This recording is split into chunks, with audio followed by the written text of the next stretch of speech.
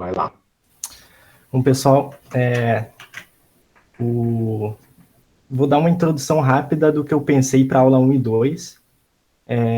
Pensando assim, tipo, o que eu quero introduzir vocês nessas duas aulas.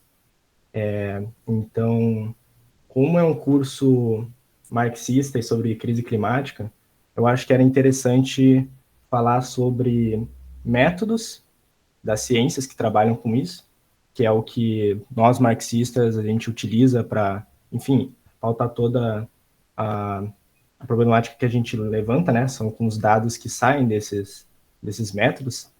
E a outra parada, na segunda aula principalmente, é tratar sobre como pensar, o que o marxismo se relaciona com as ciências naturais. Então, como pensar tipo, uma dialética da natureza, fazendo uma unidade entre todas essas ciências que trabalham com isso, e para pensar sobre o problema e resoluções, né?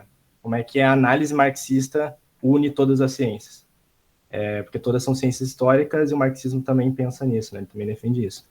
Então, essa primeira aula aqui, que é sobre processo natural antropogênico, paleoclimatologia e tempo geológico, eu vou tratar sobre os métodos da paleoclimatologia, que são aqui, né, que é basicamente modelagem numérica, e proxies, ou aqueles tipo, um alimenta o outro, basicamente, né? E vou falar um pouco de como é que a gente chega da paleoclimatologia ao clima antropogênico atual. Não que esse é o processo histórico que a gente faz, assim, tipo, no século passado, tudo mais. Tipo, a real é que a paleoclimatologia foi muito alimentada por a gente ter descoberto que o clima está sobre as mudanças climáticas estão passando por esse aquecimento, não só um aquecimento, né? Tem todo um complexo, mas principalmente pelo alerta do aquecimento mundial e tudo mais.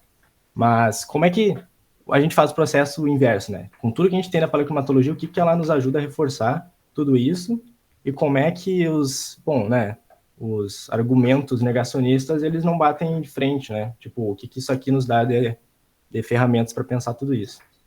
E eu vou falar disso a partir de, por exemplo, o estudo de caso, né? Então, acho que era interessante a gente começar falando, tipo, por que estudar paleoclimatologia, né? O que é isso aqui, o que a gente utiliza a nosso favor, né? O que isso aqui nos dá informação. Porque a gente estuda paleoclimatologia, né? Que é o estudo climatológico, a gente pega um número de anos. A climatologia normalmente são 30 anos, né? Que é o que a gente trabalha numa climatologia padrão. Mas a paleoclimatologia a gente estende isso e pega o 30 anos de tempos muito antigos, né? Então a gente usa isso aqui, né? A gente estuda paleoclimatologia para desenvolver uma boa noção de quantidades. Por exemplo, quanto de gás carbônico tinha antigamente, há, sei lá, 6 mil anos atrás, ou muito mais, né? Tipo 80 milhões de anos atrás. E temperatura, e umidade. Que isso são os proxies, né? Que eu vou falar depois o que são os proxies. Eles são, tipo, evidências geológicas, basicamente.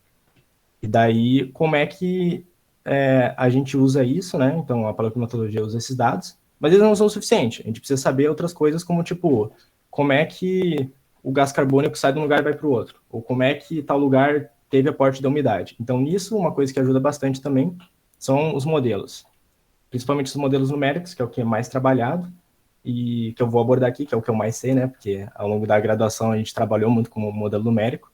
Só que tem os, né, tipo, sei lá, paradigmas atuais, tipo, tem modelos de inteligência artificial, que aí é outro debate. E eu não tenho muita profundidade para tratar, mas eles também são implementados, principalmente com saída de modelo também numérico, daí tem um acoplamento e tudo mais. E esses modelos, eles tratam isso, né? Tipo, por exemplo, como é que eram os ventos alísios, tipo, há muito tempo atrás, o que era o fenômeno de monções, né, e tudo mais. Aí, bom, essa compreensão do passado auxilia no quê? Auxilia na projeção de cenários futuros. Então, basicamente, peraí que eu tenho que dar um alt tab para verificar se tem internet, porque ela está caindo aqui. Então, essa compreensão auxilia na projeção de cenários futuros, tipo para o IPCC. Porque, basicamente, se a gente entende como é que era um cenário não, né? Um clima passado que tinha, sei lá, 800 ppm de carbono, a gente entende como é que isso se relaciona com temperatura, com o oceano. A gente consegue fazer projeções para quando, se chegar, né, a essa altura, o CO2 que a gente está liberando aí, né? E, enfim, isso é muito importante para pensar em feedbacks, que é o que eu vou expandir exponencialmente na próxima aula. A próxima aula vai ser fortíssima em feedback e vai dar para entender realmente, concretamente, o que isso aqui nos auxilia. Então, se a gente comparar, né, paleoclimatologia versus climatologia, é só uma questão de tempo, não só, porque tem uma diferença a respeito dos métodos. Por exemplo, quando eu vou fazer uma climatologia, sei lá, dos últimos 30 anos, partindo de hoje, né, o que eu utilizaria? Imagem de satélite, imagem de radar, dependendo se eu precisar, muitas estações, né? Só que há 10 mil anos atrás nada disso existia. Então, o que a gente utiliza para fazer isso aí? A gente utiliza outros métodos, a gente utiliza proxy, a gente utiliza anéis de árvores, a gente utiliza gelo também, tipo espécimes de gelo, a gente cata lá e tudo mais. E eu vou falar um pouco mais concretamente deles depois, mas basicamente é uma diferença de método nesse sentido, né? E os fenômenos também tratados, eles têm uma historicidade diferente. Por exemplo, se a gente vai tratar da paleoclimatologia, dependendo, a gente está interessado em parâmetros orbitais, que são ciclos de Milankovitch. Interessante que comentaram que não tem ninguém das exatas, então acho que vai ser bem frutífero, dependendo, né, na parte matemática. Mas o pessoal da geografia e tudo mais já deve ter trabalhado com isso.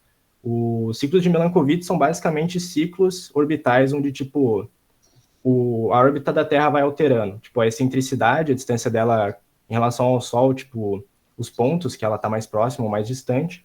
O ângulo que ela tem no eixo, vocês talvez saibam que a Terra ela é um pouco, em relação à órbita com o Sol, ela é um pouco deitadinha, tá ligado? Então, tipo, esse deitadinho, ele vai mudando ao longo do tempo. Então, tudo isso altera a radiação que chega.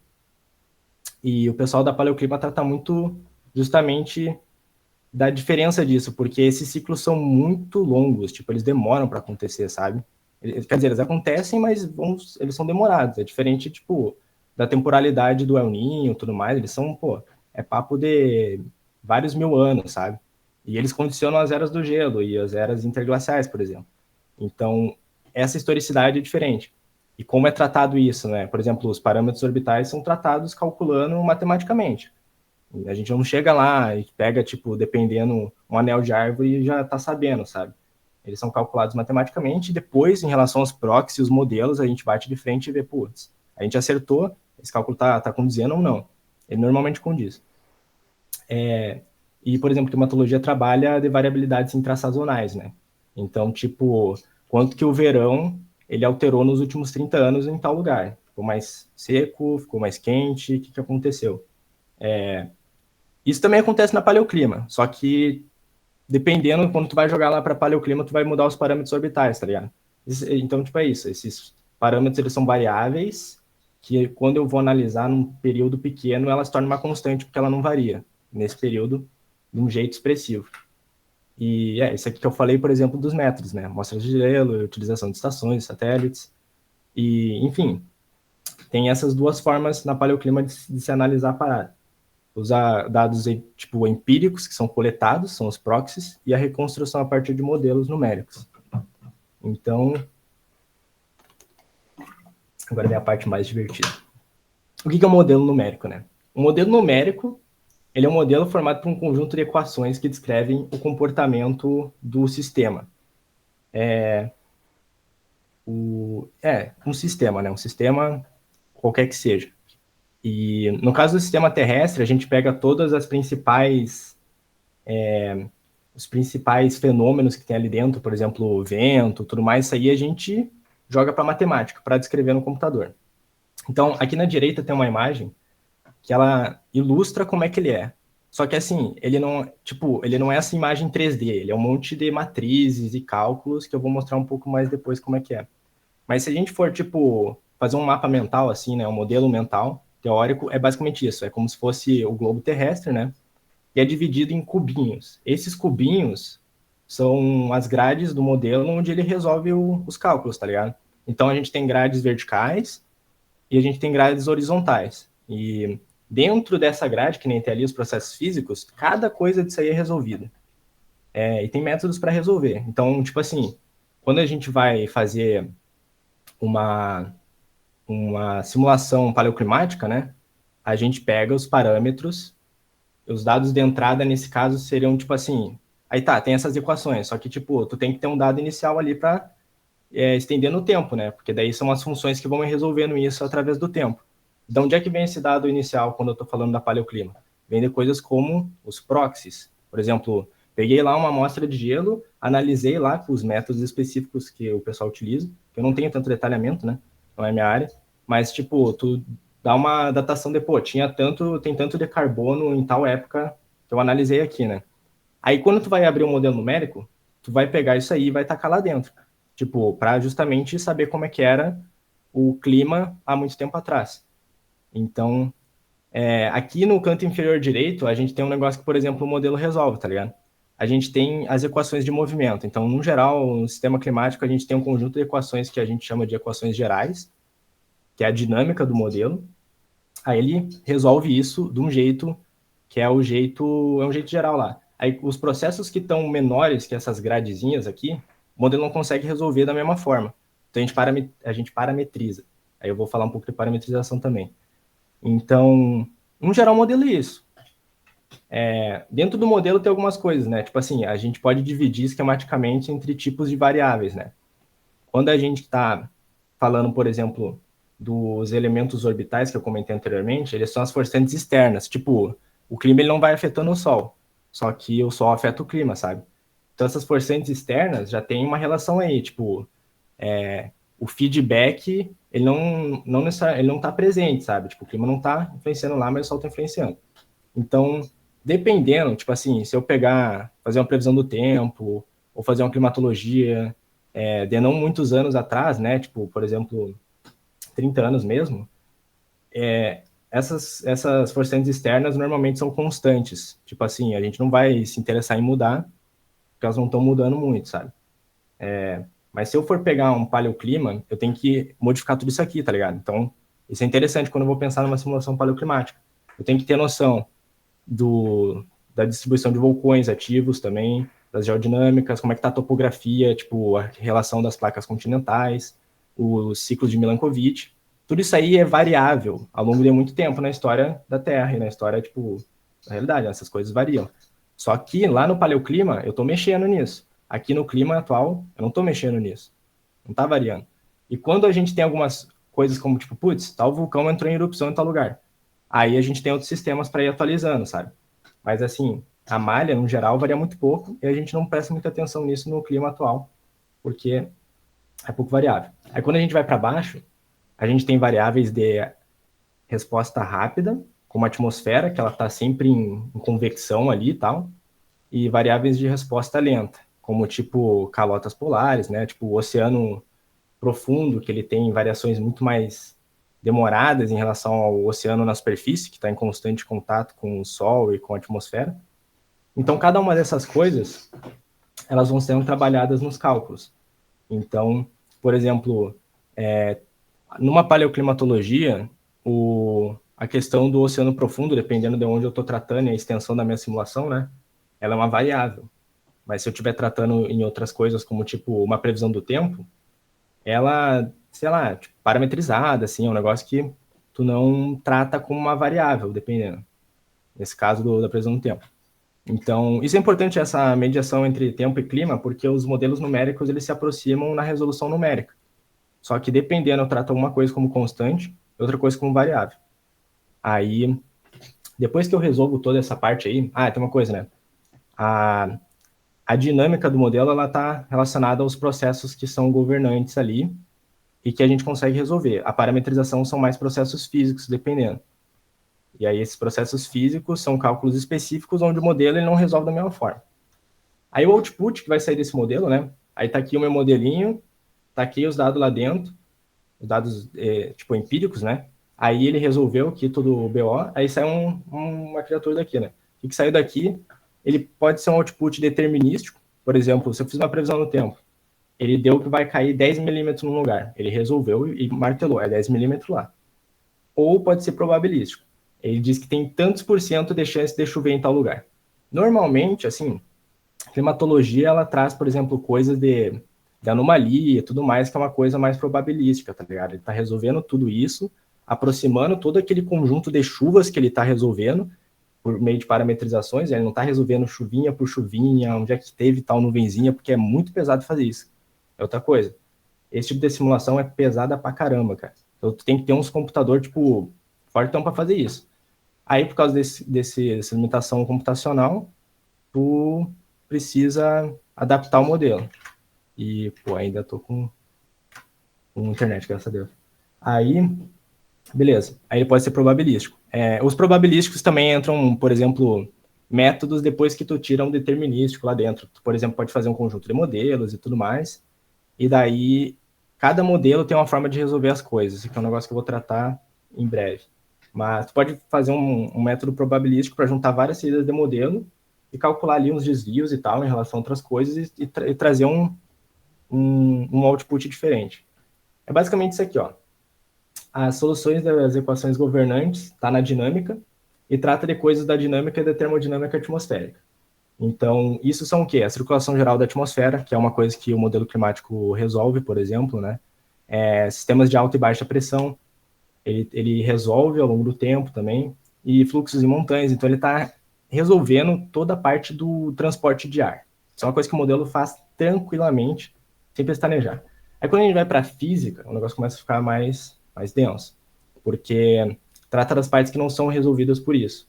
Então a gente tem processos como a camada limite planetária, que é basicamente a camada próxima do chão, que tem muito contato com o solo, com aquecimento, com turbulência, e radiação de onda curta e longa. Isso é muito importante, né? Muito importante para os modelos e quando a gente vai falar de mudanças antropogênicas e tudo mais.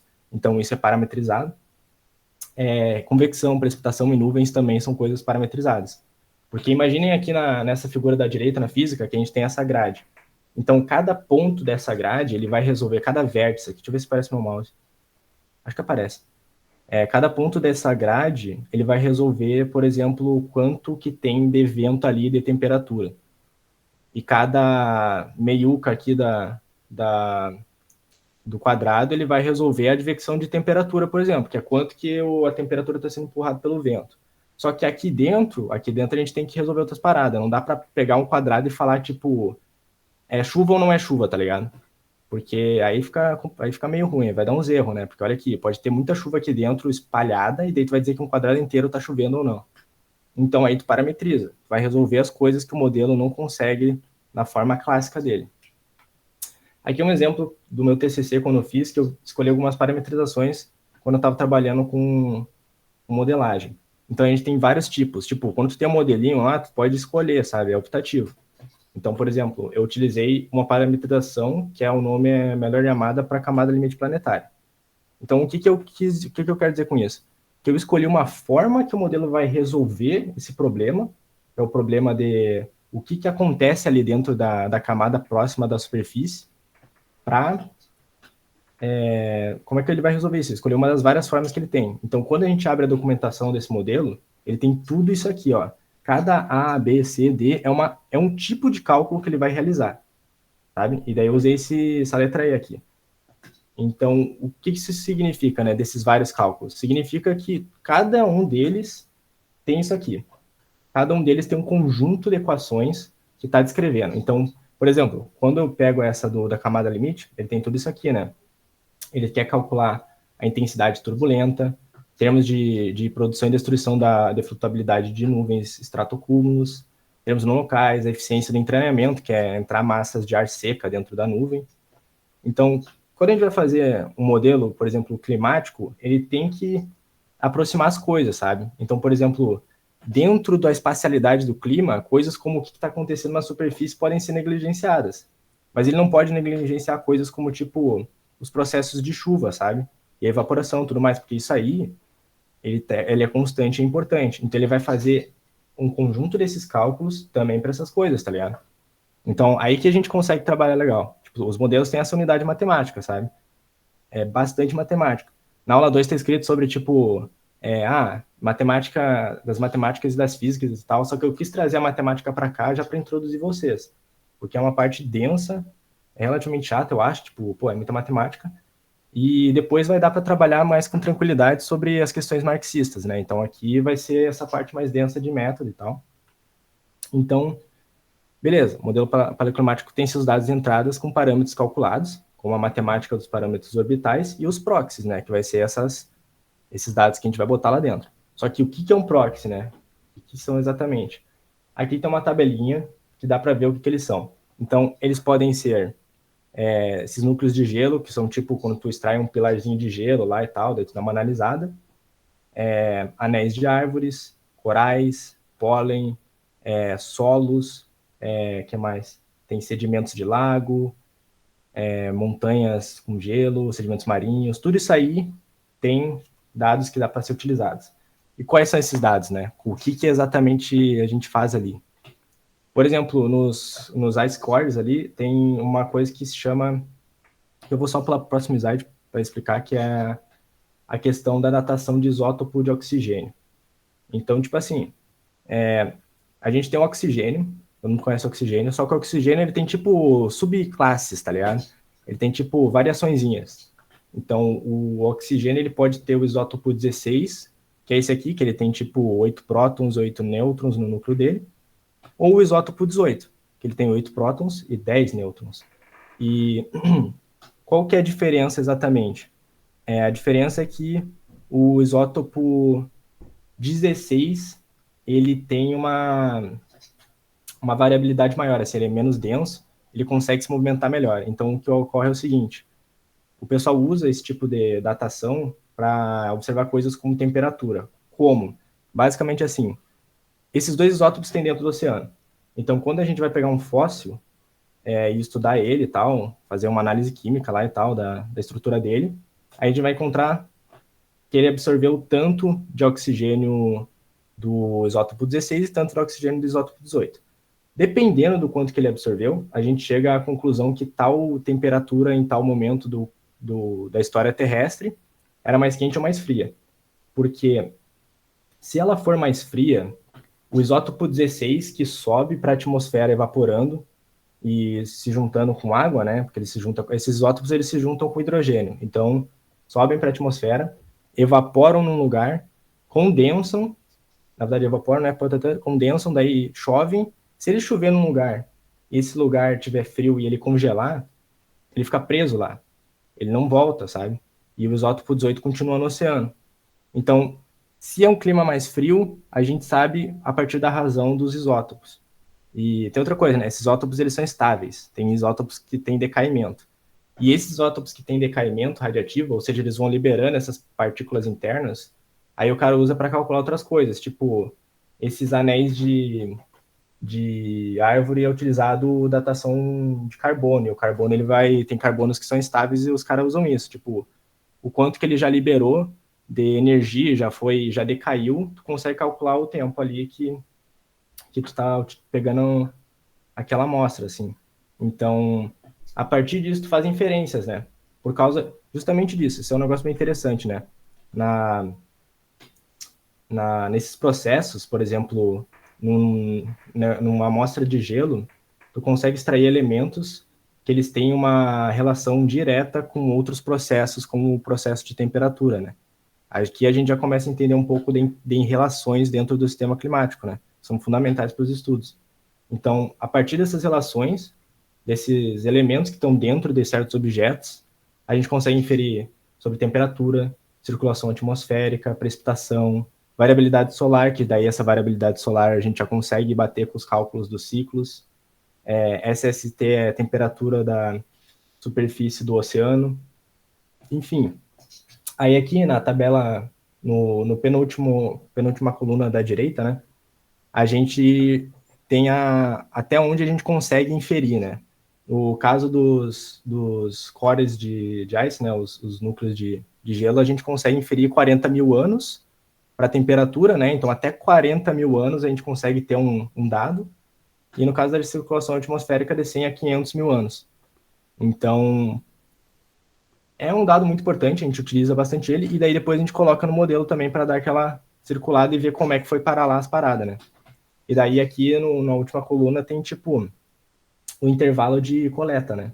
Os caras coletam, por exemplo, os ice cores para temperatura até de 10 em 10 anos, dependendo. Então, isso são os proxies, basicamente, são essas evidências mais mais empíricas, né? Então, com esse conjunto de métodos, né, eu preparei isso aqui pensando, pô, como é que o cara bate com os negacionistas e tal, mas é tipo assim, todo esse arcabouço técnico e teórico que a gente tem, modelagem, proxies, tudo que a gente já conhece do sistema terrestre, das legalidades dele, não é tipo várzea, sabe? Ele tem leis que regem isso aí. É, tipo, eu aqueço uma parcela de ar, ela levanta, né? Tipo, existem leis que regem isso. E a partir desse conjunto de coisas, a gente chega, tipo, a conclusões de que se a gente for estudar o clima atual, a gente não consegue responder ele de forma natural, simplesmente com os processos que a gente conhece da natureza. Tipo, não consigo explicar como é que tem tanto carbono na atmosfera, só assim, tipo, tá faltando uma coisa ali dentro, que é a forçante antropogênica. É aí que tu chega, por exemplo, da paleoclimatologia para a forçante antropogênica. Tu consegue explicar o conjunto de processos naturais no paleoclima porque não existiu o homem. Mas agora que existe, existe mais uma forçante dentro do sistema. E dado que a gente chegou num nível de atividade produtiva que modifica geologicamente a Terra, geologicamente, a gente se tornou um agente geológico e a gente tem um nível de influência grande o bastante que não pode ser ignorado para explicar, se a gente for pensar de forma científica, né? Então, aí dentro entra projetos que estão focados nisso, né? Como, por exemplo, esse PMIP aqui. É um projeto de modelagem paleoclimática que envolve pesquisas observando questões como acoplamentos dinâmicos entre diferentes variáveis, né? Então, tipo, eles estudam justamente, eles pegam assim, eles fazem uma simulação e eles mexem em um parâmetrozinho para ver o que acontece, né? Parâmetrozinho, tipo, tem muitos trabalhos que são tipo assim, vamos pegar a quantidade de gás carbônico antes do período pré-industrial e vamos mexer os parâmetros com parâmetros anteriores, né? Tipo, que a gente já teve anteriormente na Terra.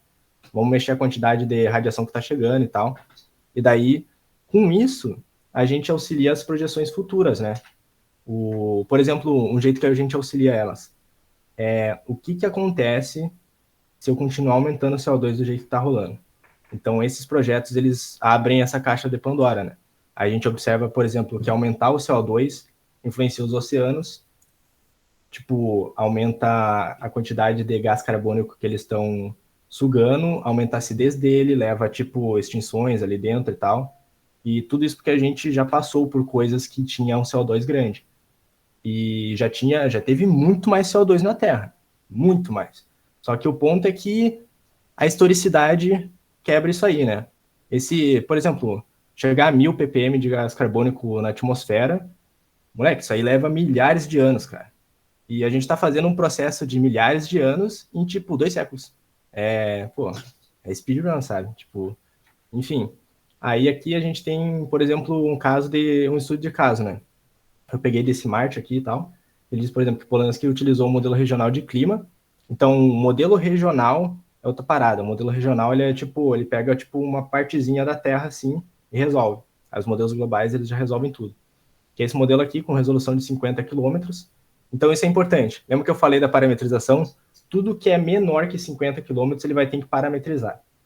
E nuvens, cara, tem nuvem de, tipo, 1 quilômetro, né? Menos até. Então, ele tem que resolver isso lá dentro. Aí entra as parametrizações lá. Ele fez simulação sobre o continente asiático para simular a circulação de monção indiana. Monção é tipo aquele sistema de brisas, assim, é tipo, chove em tal estação e não chove depois. É um sistema onde, tipo de chuva. Pô, o Sudeste tem estação chuvosa e estação seca, sabe? Então, ele tem por causa que a América do Sul tem um sistema de monções. Aí, utilizando esse outro modelo aqui, ele fez as condições de contorno. Então, basicamente assim, condição de contorno é quando eu tenho meu modelo regional e daí eu preciso resolver o que tem fora dele, porque tipo assim, as coisas entram e saem daquela região que eu estou resolvendo com um detalhamento bom para ver os fenômenos lá dentro, mas eu preciso dizer o que está acontecendo aqui fora também. Então, dentro da computação, né, da modelagem numérica, a gente faz tipo um conjunto de caixinhas assim. É como se fosse um mapa dentro de um mapa, sabe? Aí o mapa maior, tu não consegue ver detalhes, mas o mapa menor aqui, pequenininho, que eu estou aproximando, no caso, né? Eu consigo ver mais detalhes. Então, tipo, isso é importante aqui também. Também para evitar muito custo computacional. Você gasta muita energia, muito hardware também. e tempo, né, para gerar a simulação. Então, ele fez isso aqui para o Holoceno Médio e o clima atual, e verificou que, devido às mudanças na circulação atmosférica, resultaram no Holoceno Médio uma diminuição do fluxo das monções, um aumento das chuvas de verão em algumas regiões do sul do Himalaia. Isso aqui é interessante também. Como é que a gente sabe que o modelo está acertando, né? Eu estou utilizando dados do passado, e como é que eu sei que ele está acertando? De duas formas. Eu pego o mesmo modelo e rodo para hoje. A gente tem muito dado hoje, então é fichinha tu comparar, tá ligado? Então, fazendo isso, eu já consigo ver que a física do modelo dentro e a dinâmica estão acertando. Ele está gerando aqueles cálculos, ele está dando um output que bate com o que a gente tem. Outra forma é com os próprios proxies também. Então, tu bate de frente com eles, né? Pô, eu tenho um fóssil aqui, que eu fiz a datação e deu tantos de carbono para tal ano que eu achei aqui. Tipo, há 10 mil anos atrás ele tinha tanto de carbono aqui. Aí eu faço, tipo, uma simulação há, tipo, 15 mil anos atrás e vejo se ele acertou o quão de erro ele acertou o carbono que eu datei ali. Então, tipo assim, essa é uma medida.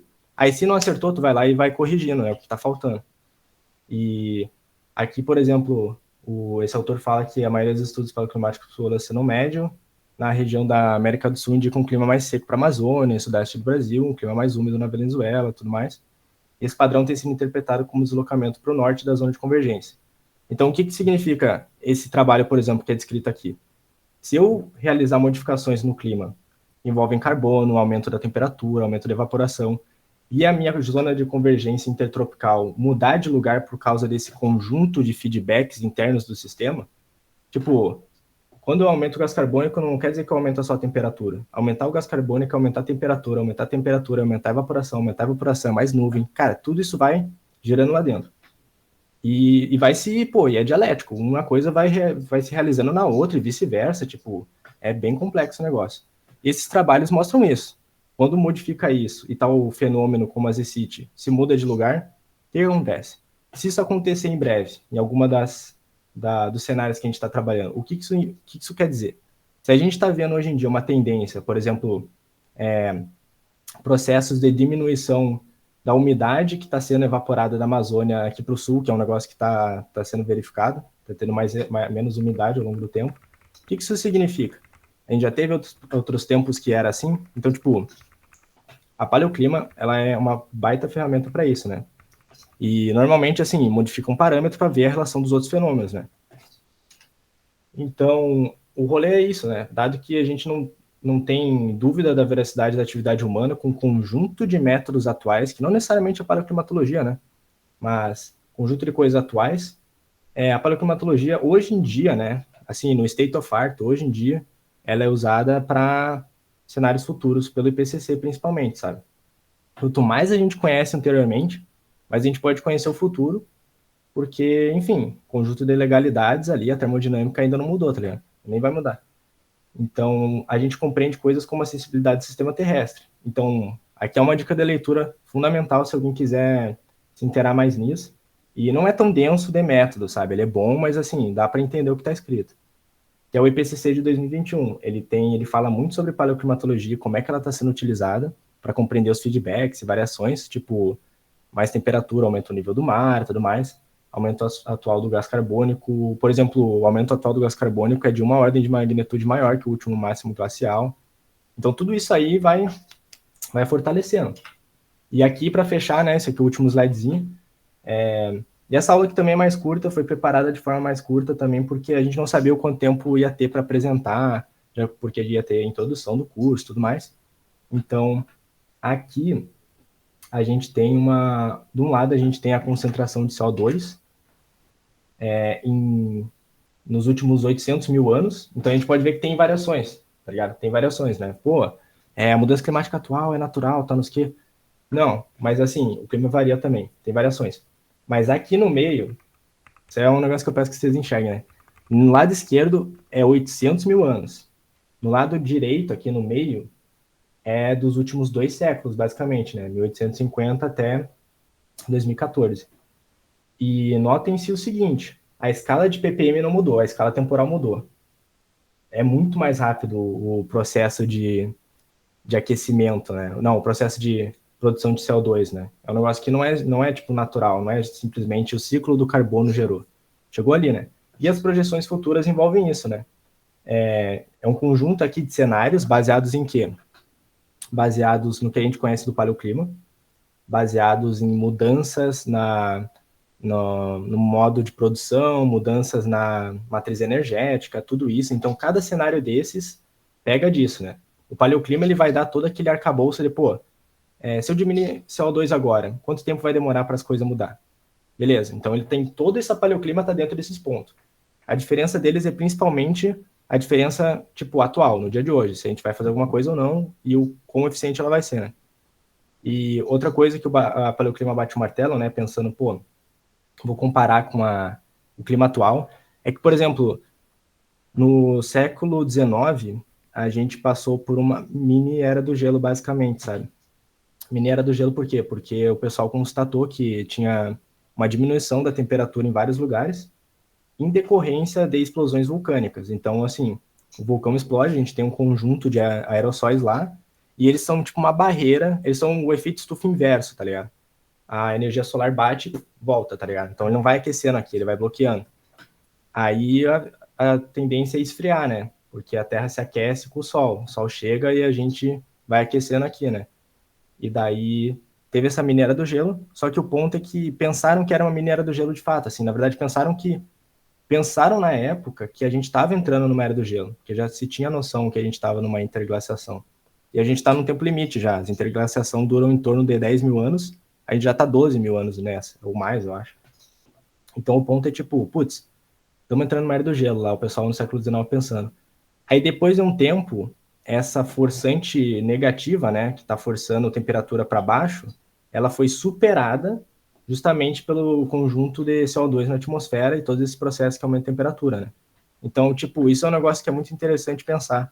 Porque a hora que a gente entrar numa era do gelo, é difícil saber exatamente se a gente vai estar numa ou não, né? A gente vai ter que calcular um monte de coisa, ver um monte de coisa, mas, tipo, a temperatura da Terra cair em relação a, tipo, a temperatura média cair em relação à quantidade de gás carbônico pode ou não ser um indicador que está sendo efetiva a nossa diminuição de gás carbônico. A gente pode estar entrando no mar do gelo. Então, todo esse conjunto da paleoclimatologia nos ajuda justamente a dar uma olhada aí e ver, tipo, a veracidade disso, né? Se a gente está um dia entrando ou não, o que está acontecendo, se está sendo efetivo, enfim. E esse é o que eu tive para apresentar aqui, tudo mais. E é uma aula que eu achei um pouco chata, no sentido de ser, tipo, teórica e metodológica e matemática, e, enfim, mas ela vai dar todo a base, que eu acho que é a base científica, partindo assim, pô, eu sei como é que é calculado essas paradas, pra gente pensar de forma marxista mais à frente, né? Tipo, na aula 2 eu já vou falar um pouco disso, de feedbacks e como é que é a Terra hoje em dia. Então, acho que era importante trazer uma aulinha, assim, para falar de método mesmo, para quem não tem conhecimento, né? Tipo, não ficar replicando narrativa, tipo, todo mundo, tipo, uma galera fala que tá mudando o clima e tal, e tu só fala, não, tu tem que saber que tá mudando, e por quê, como é que a gente chega que tá mudando, tá ligado? Então, espero que tenham curtido aí e tal, e só vai ter matemática aqui, cara, matemática é muito denso para explicar também, mas sabem que a matemática tá e vocês não estão vendo ela, mas ela tá todo dia aí, cara.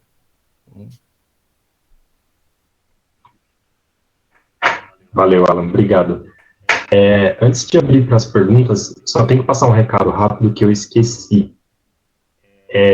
A gente está contando a presença de todo mundo aqui através de uma extensão aqui do Chrome que puxa uma lista de presença das pessoas que estão aqui dentro da sala, né?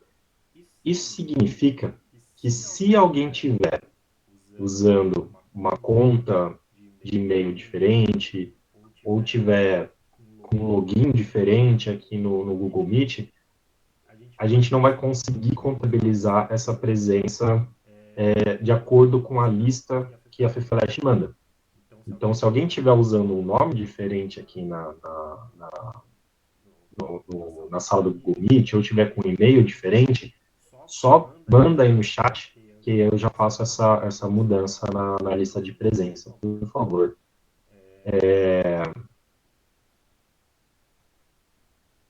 E aí abrir para perguntas agora. Vocês podem mandar as perguntas no chat, e aí a gente dá uma olhada aqui, o Alan responde. Quem quiser abrir o microfone para fazer pergunta também fica à vontade. Eu tenho um monte de perguntas para o Alan agora, um monte, mas eu vou esperar para ver se alguém tem interesse em começar. Senão eu mesmo já faço.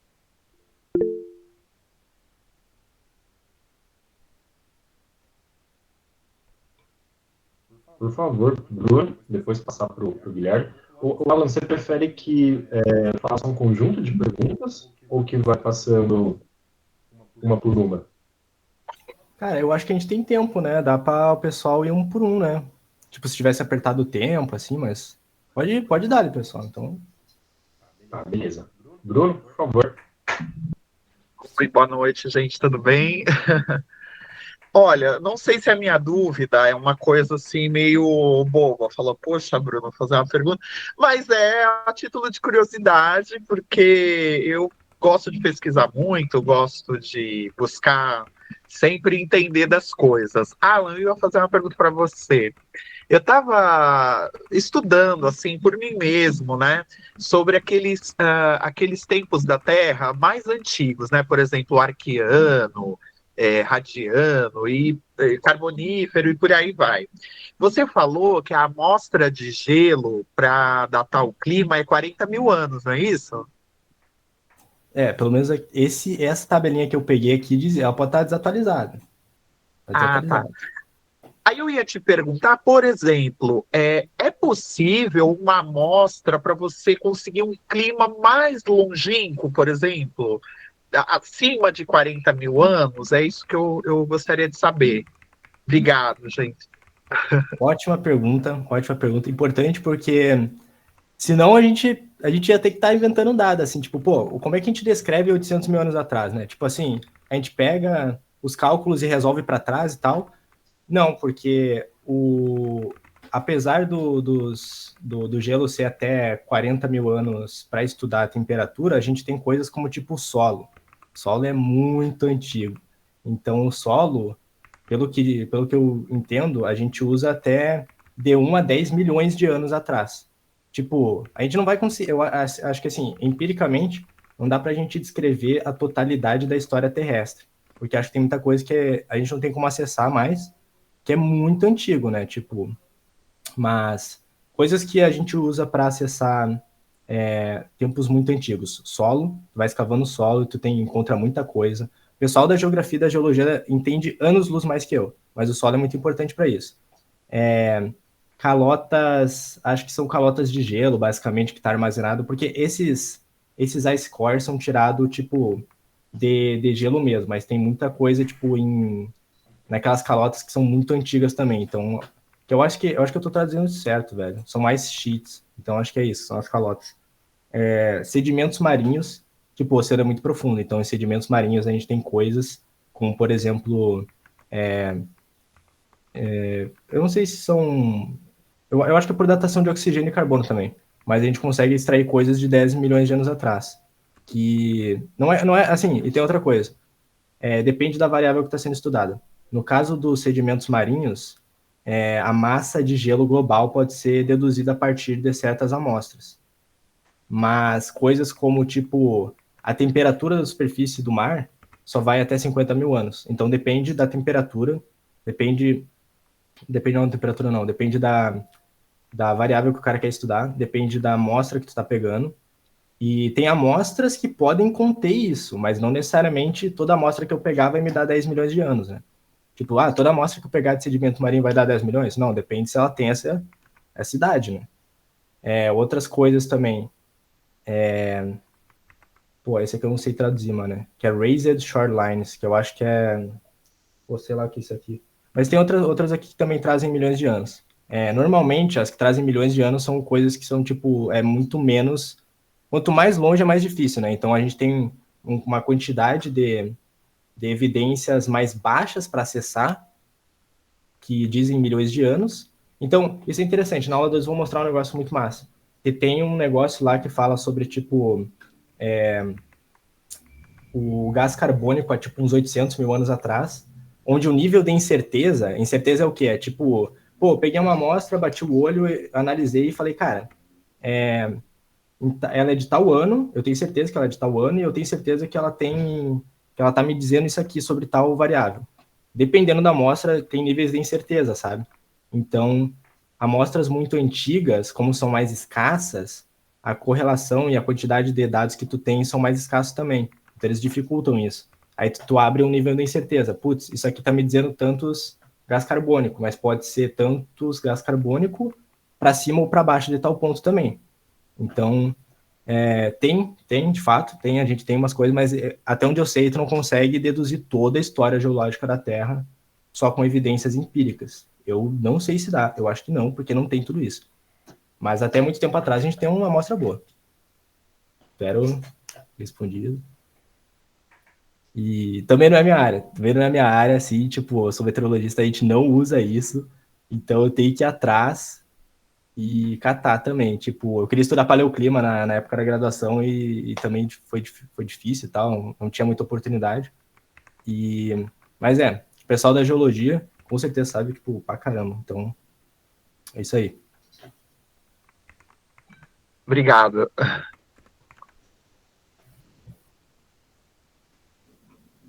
Agora o Guilherme tá na fila. A gente dá pra me escutar? Deixa eu ligar a câmera pra falar.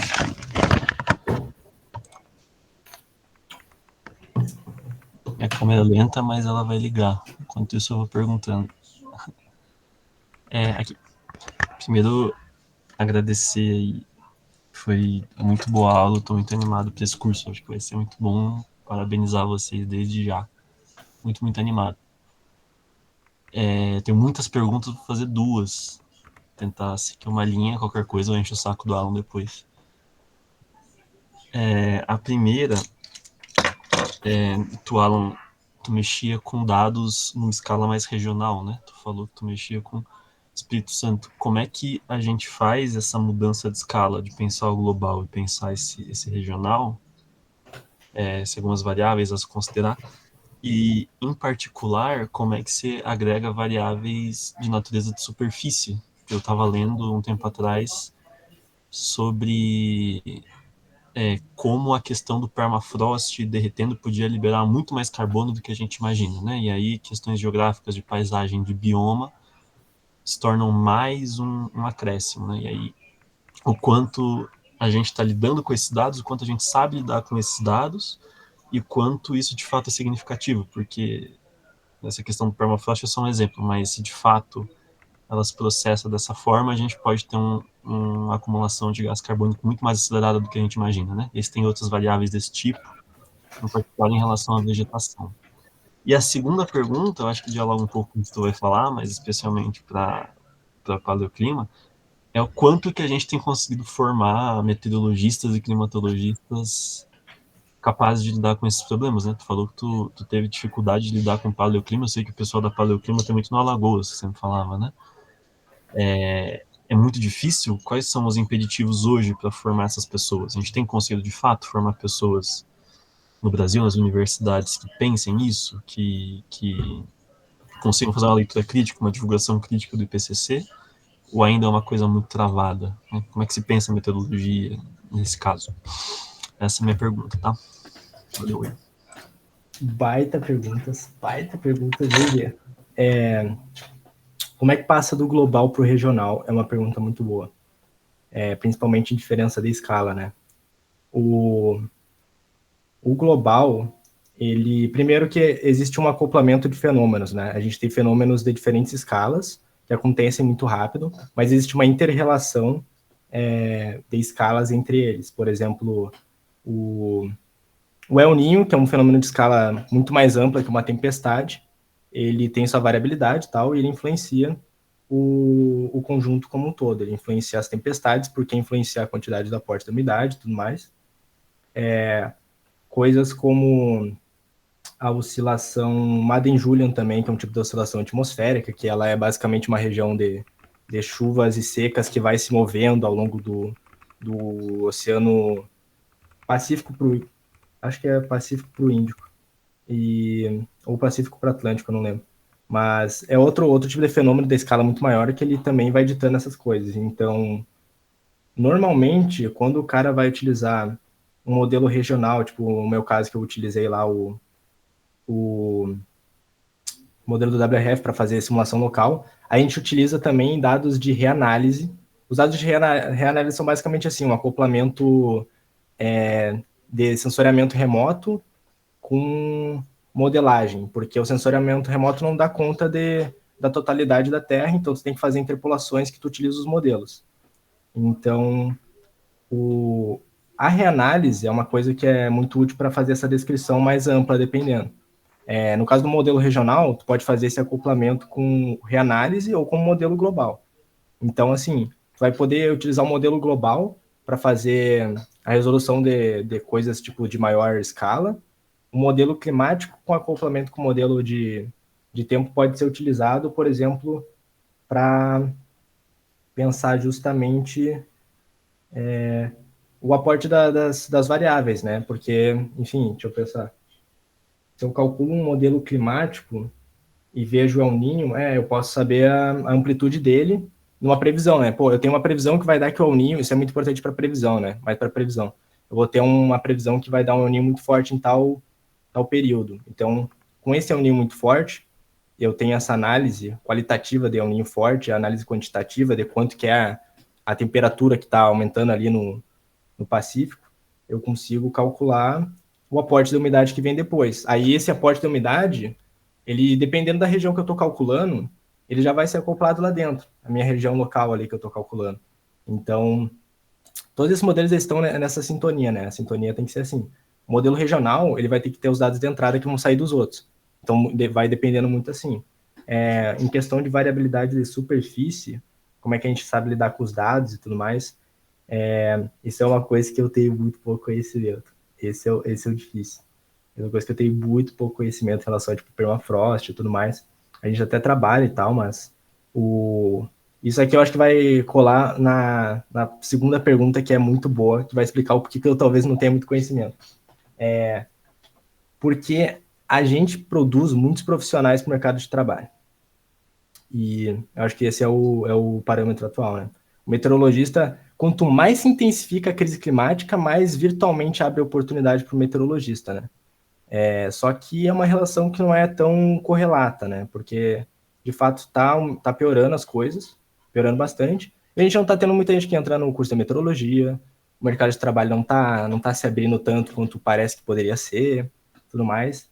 Então, dentro do Brasil, é muito escassa a área de paleoclimatologia, justamente porque ela é voltada para uma coisa que não dá muito lucro, sinceramente, né?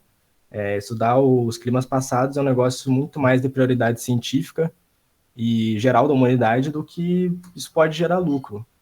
Então, dentro do Brasil, como a gente é voltado muito para um mercado de trabalho de energia, aqui no Rio Grande do Sul a gente trabalha muito com o pessoal do agro, né, das médias e pequenas propriedades e tudo mais. A gente é formado, o meteorologista ele é formado para previsão do tempo. Isso é um fato. A meteorologia trabalha com a previsão do tempo. E a climatologia que a gente trabalha, a gente também trabalha de forma numérica, mas a gente divide com gente, por exemplo, da geografia, tudo mais. Mas a nossa formação, o objetivo do meteorologista é sair formado e fazer previsão no tempo. Previsão climática é um adendo, basicamente, sabe? Fazer previsão climática é um rolê específico que depende da área. A gente tem que saber fazer previsão no tempo. Esse é o fundamental. Então, isso é o primeiro lugar, que eu acho que é dentro do Brasil. Existe muito pouco investimento nessa área, existe muito pouca tendência para essa área, justamente porque é uma área que não está alinhada aos interesses do capital, sinceramente, sabe? Todos os projetos que a gente tem, vários projetos que a gente tem lá dentro da universidade e tudo mais, eles são projetos que têm investimento privado. E o que o mercado quer? Ele quer coisa para energia, por exemplo. Justamente um dos projetos que eu fiz foi bancado pela empresa lá do Eike Batista, lá de energia. E daí era um projeto que envolvia as paradas acho que essa era as paradas de Zacas, tá ligado? Mas o outro lá que eu fiz para WRF, lá de Brisa Marítima, ele era justamente para tratar de uma usina que era uma usina privada lá e tal. Então a empresa estava bancando nós para estudar isso. E outra coisa é a questão da infraestrutura, né? O Brasil não tem uma infraestrutura computacional para tratar disso. É muito caro, a gente não tem. a gente depende muito da gringaiada, e daí, para conseguir essas coisas para cá é muito caro, então é difícil. E não tem um projeto que queira desenvolver isso de forma mais extensiva. Então, normalmente, se tu for sair para a França e tal, lá os caras estudam paleoclima, estudam bastante paleoclima. E estudam porque eles têm todo esse aporte infraestrutural que é negado para nós aqui, né? Então, infelizmente, eu não sei nada de permafrost, que droga, eu tenho que estudar isso. Mas, no geral, é isso. Por exemplo, quando eu queria fazer coisa com paleoclima, eu teria que ir lá para Alagoas, porque todo mundo que eu já estudei do Brasil que estuda isso, vem de lá, cara. Tipo, eles têm uma escola mais forte de paleoclima lá. Eu não sei se é a única do Brasil, mas é uma das poucas, se não for, sabe? O resto, enfim. E aqui no sul do Brasil a gente estuda muito mesescala, né? É uma escala é uma escala de previsão do tempo, não previsão climática. Então, depende muito. E, infelizmente, essa é a realidade do Brasil, né?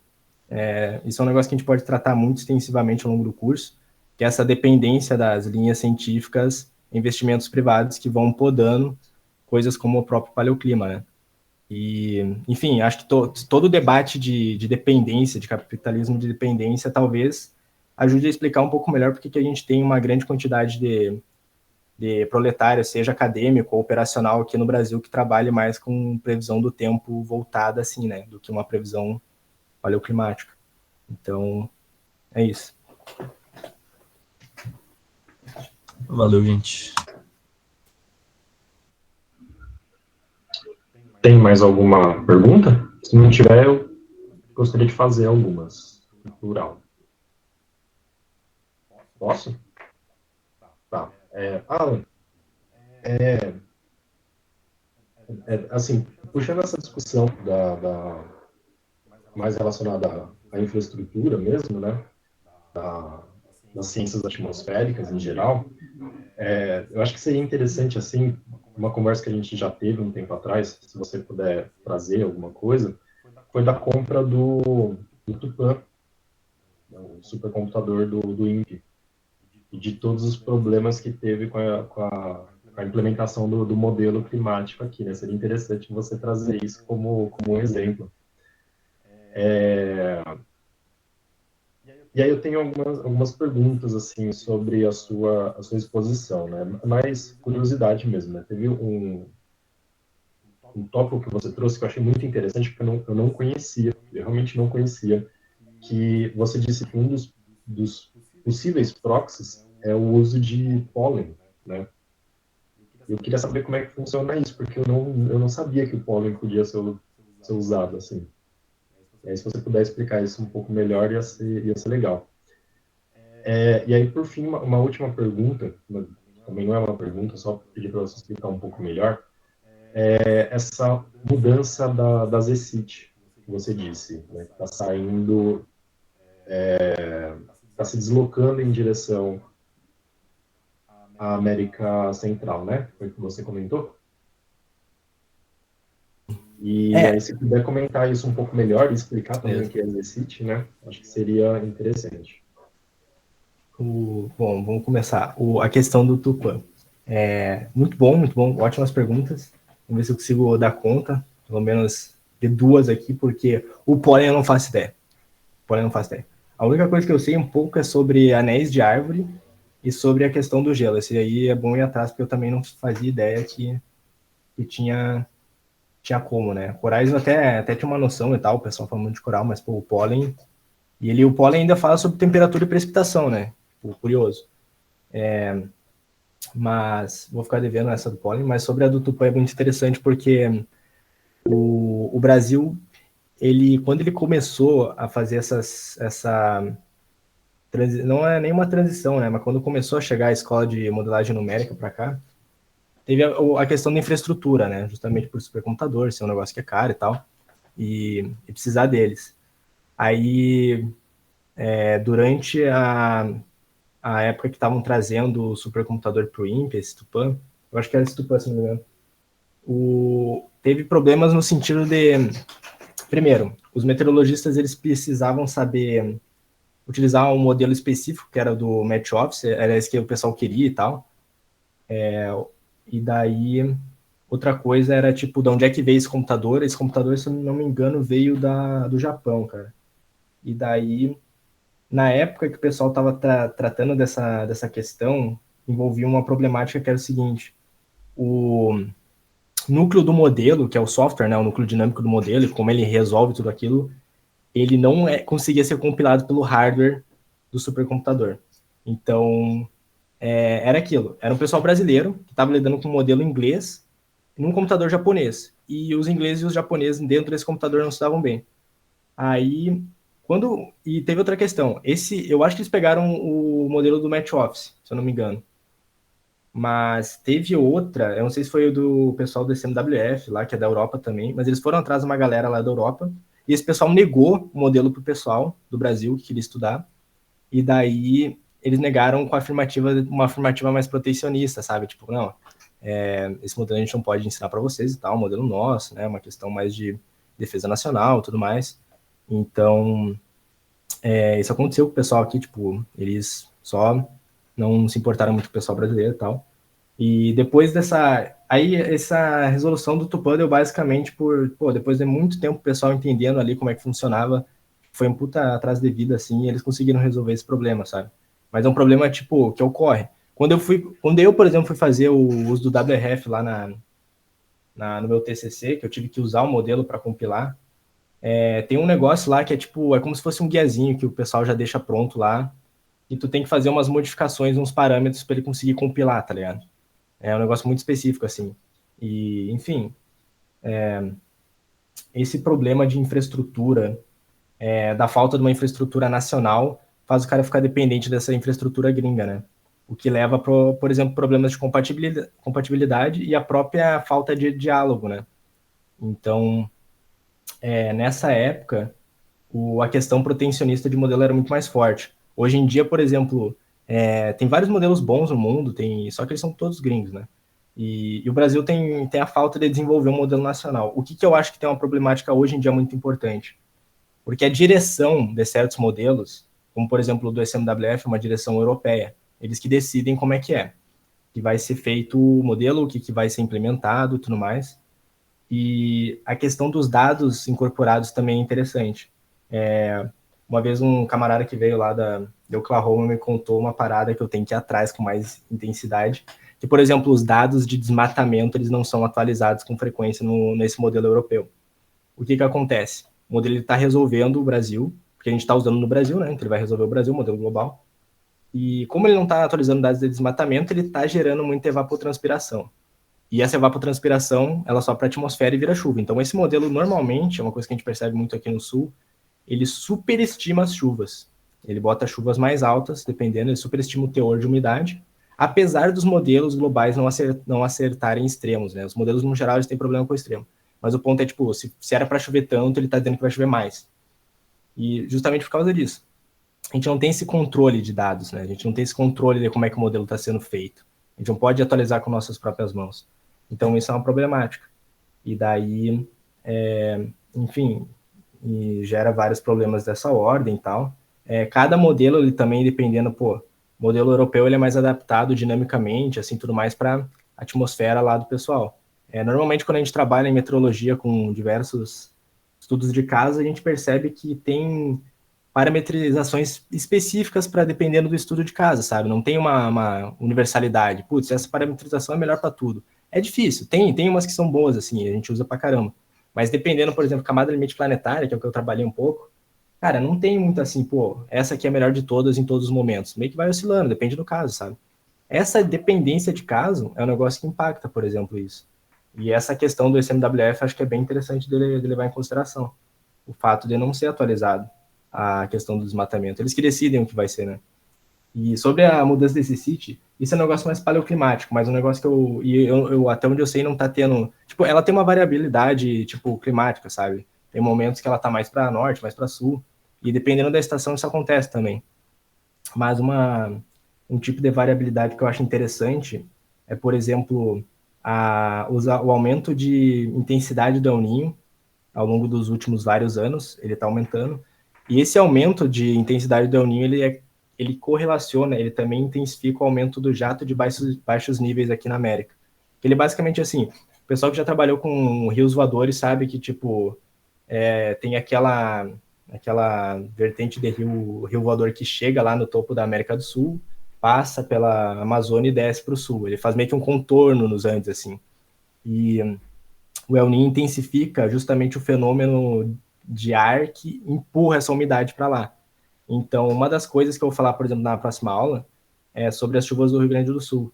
E uma das coisas que intensificou justamente esse jato de baixo nível, eu lembro na época que eu falei com os meninos aqui da meteorologia, falei, pô, esse jato de baixo nível parece anômalo, vocês não acham e tal, tudo mais, tipo, é uma coisa que está correlacionada.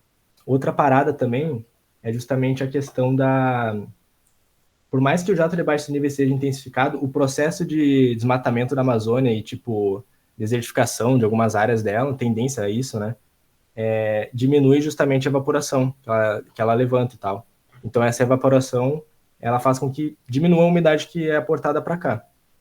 Então, existem elementos climatológicos que eles estão sofrendo mudanças consideráveis. A Zecite, até onde eu sei, não é.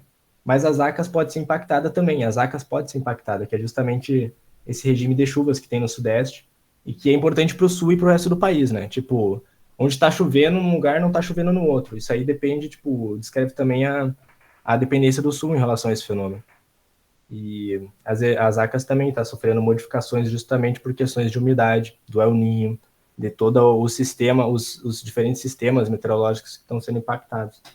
Mas essa do pólen vou ficar te devendo, Monark. Infelizmente. Vou ir atrás também, porque eu fiquei curioso. Valeu, Alan. Ana? Eu levantei a mão aqui justamente porque eu ia comentar essa questão do pólen. Porque eu lembro algumas desses métodos, né, de estudo, às vezes eles se cruzam com coisas que usam ou na arqueologia, enfim, às vezes em outras ciências também que estudam, enfim, biologia evolutiva, mas na arqueologia especificamente eu sei que acabam usando também esses anéis de árvores. E no caso do pólen, se eu não me engano, inclusive no livro que está na bibliografia lá, que eu vou falar um pouquinho, o imperialismo ecológico, é um indicador é um fóssil, né? Não é um pólen atual. Então, eles usam como um registro fóssil de espécies que estavam se dispersando numa determinada região. Então, isso ajuda a entender algumas migrações, coisa do tipo, né? Isso no caso da arqueologia, né? Agora, no caso de paleoclimatologia, eu imagino que seja para saber mesmo distribuição de vegetação, que eu acredito que isso mude ali, né? O clima de uma determinada região que tem mais ou menos vegetação. Não sei, foi como eu imaginei, mas acho que é uma coisa para pesquisar, né? E também aqueles, não só pólen mesmo de planta, mas às vezes de fungo também, né? Os esporos, coisa do tipo. Mas, meu, muita coisa que eu fiquei super curiosa aqui. Bom que o pessoal está participando. Não sei se o pessoal tem mais perguntas aí.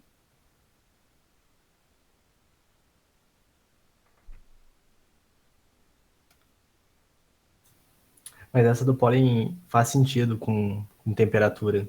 Porque, justamente, né, dependendo da modificação da temperatura, modifica a relação de competição entre as plantas, né? É um negócio que eu vou falar um pouco na aula 2 também. E essa modificação da competição realmente recua os de espécimes e avanços de outras. Eu lembro que quando eu estava estudando um pouco da desenvolvimento de armazenamento de grãos pelos sei lá, os seres humanos tipo do paleolítico, assim, pessoal mais antigão, né? Tava relacionado muito à questão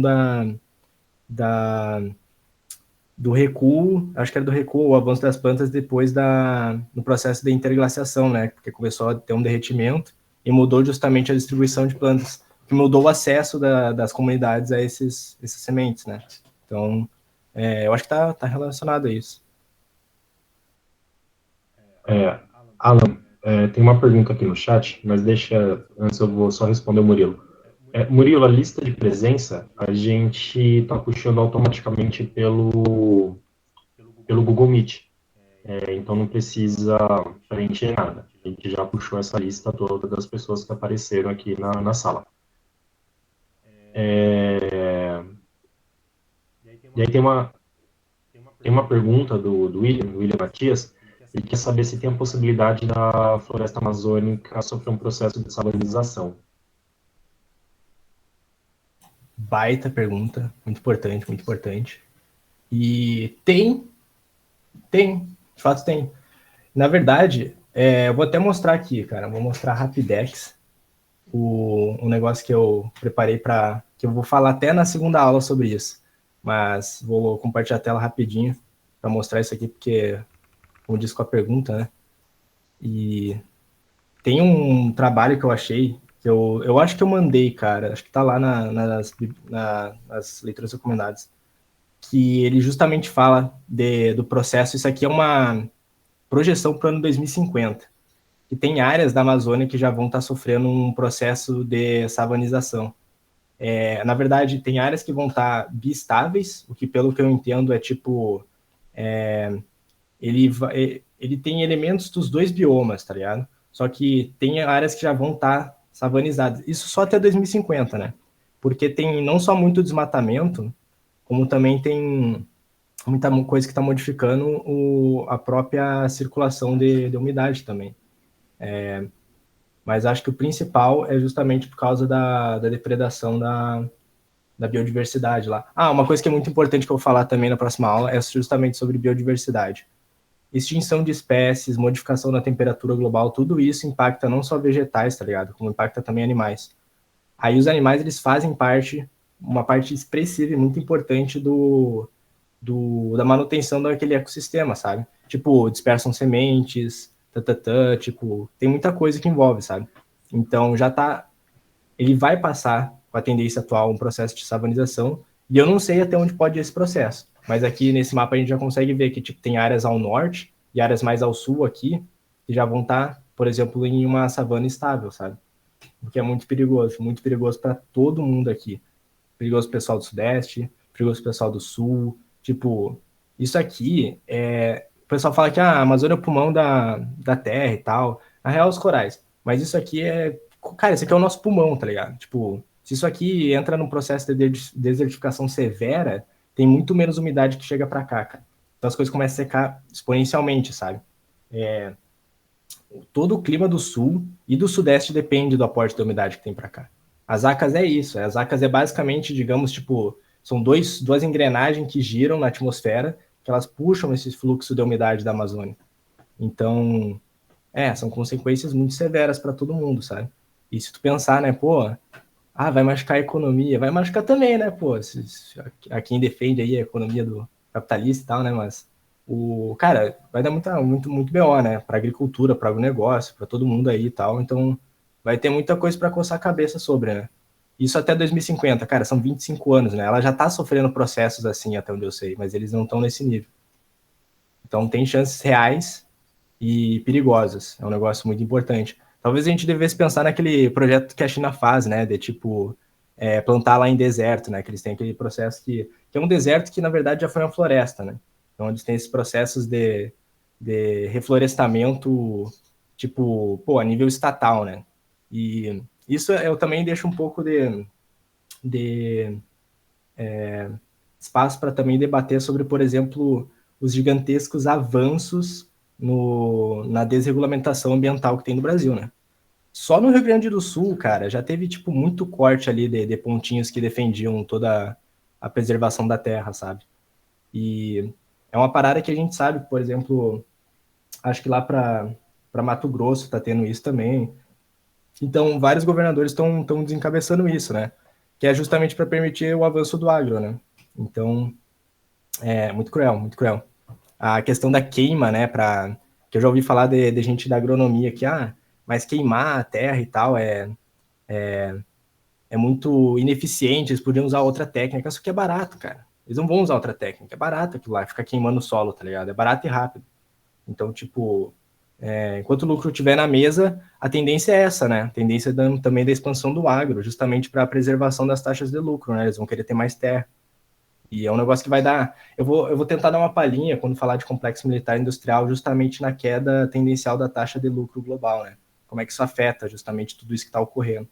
E aí vai dar para entender com mais amplitude o avanço de certos setores da burguesia, sobre avanço em todos os níveis, né, até territoriais ali, tipo, no caso do agronegócio, justamente como reflexo também disso, né.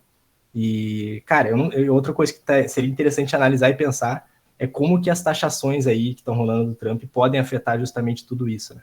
Eu não sei como é que isso pode afetar o agronegócio, se vai ter alguma coisa mais violenta, uma expansão mais violenta, alguma coisa para remediar isso, né? Mas, cara, é muito perigoso. Respondendo, sim, a Amazônia vai virar um deserto daqui a um tempo se a gente continuar desse jeito, né? O William, acho que ele já até respondeu essa segunda pergunta também, né? O William perguntou se ia mudar se esse processo de desertificação, savanização, aliás, poderia modificar o regime de chuvas no Brasil. Eu Acho acho que que o respondi. Alan já... Se não respondi, só manda aí e tal. Mas vai mudar muito, cara, muito, cara. E assim, não é só umidade, é interessante, mas, cara, toda a convecção que tem na Amazônia por causa de umidade, e umidade é uma parada que também envolve calor latente, sabe? Existem dois tipos de calor, né? Tipo, na termodinâmica clássica, assim, na termodinâmica no geral. É o calor sensível, que é aquele que é tipo, pô, eu aqueci um objeto, ele tá emitindo calor sensível. E o calor latente, que é o calor de mudança de fase de um elemento, né? Então, tudo isso aí impacta a própria circulação, cara. A própria circulação de ar também. Então, é menos umidade, é modificações na circulação de ar, que eu acho que envolve enfraquecimento. E, enfim, isso é uma coisa bem interessante de analisar, né? Existem fenômenos na atmosfera, em qualquer complexo, no geral, né? Se a gente for falar da realidade, uma parte mais filosófica. Em qualquer complexo existem fenômenos que intensificam outros e outros fenômenos que desintensificam, né? Então aí tu tem que colocar todo mundo ali, entender as contradições entre os diferentes forçantes para calcular qual que é a tendência geral, né? Ou o que Marx chamava de momento predominante, né? Qual que é o momento predominante dessa rede de contradições? Para onde está tendendo? Porque se elas se anulassem, a gente ia tender à inércia, né? E a atmosfera, a última coisa que ela é inerte, né? Ela é o suprassumo, na minha opinião, das contradições na natureza, cara. É muito lindo, muito lindo. Mas, enfim, é isso, né? Se o El Niño intensifica o jato de baixos níveis, a diminuição de umidade disponível pode desintensificar, né? Porque tu tem menos convecção lá dentro, menos movimento de parcelas de ar. Então, quem que ganha nessa brincadeira? Aí tem que analisar com mais seriedade. E eu não tenho essa análise ainda, né? Mas, enfim.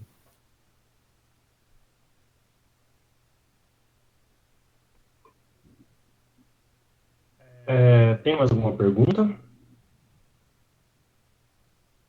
Não tem ninguém com a mão levantada.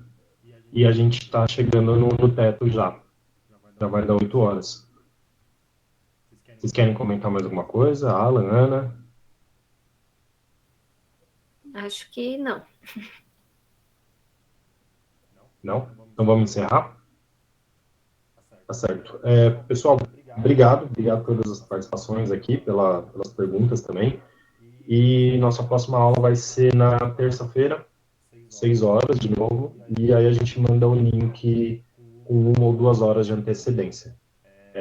Então, bom final de semana para todo mundo e até terça.